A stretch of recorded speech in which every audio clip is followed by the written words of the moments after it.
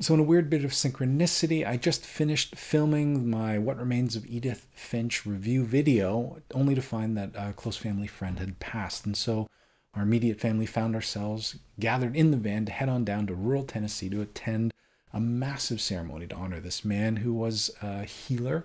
He delivered more than 4,000 babies and helped countless people in the small community that he was in. He was an athlete. He competed in countless Ironmans and triathlons, duathlons, and marathons. And he was a huge mentor. He inspired so many people to compete in those same events and trained with them tirelessly as they grew in the sport.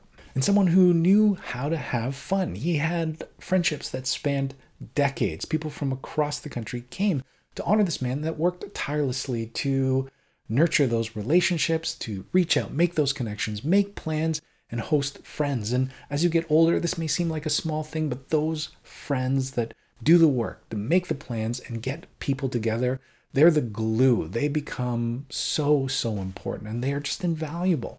And even in death, he managed to do exactly that with over 300 people gathered together in a university gymnasium to share stories under the admonishment that we weren't there to mourn his death, but to celebrate his life, to keep moving forward.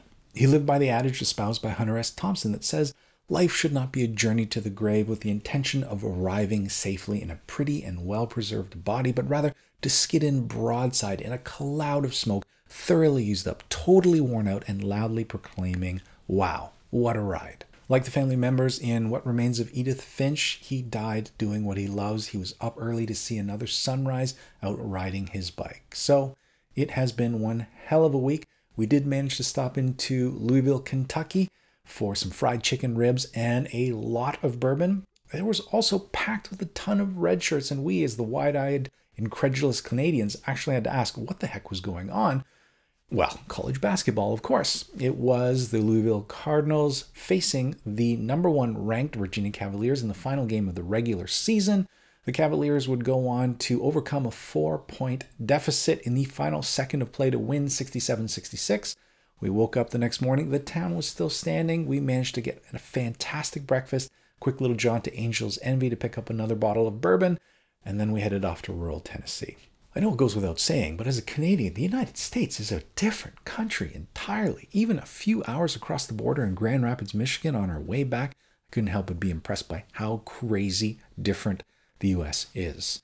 So I'm still digging out from under all my work at the office, but I'm hoping things will return to a little bit more normalcy by next week. In the meantime, have a great week of reading. Do yourself a favor, hug someone that's important to you, and maybe make the effort to reconnect with a distant friend that you haven't talked to in a while.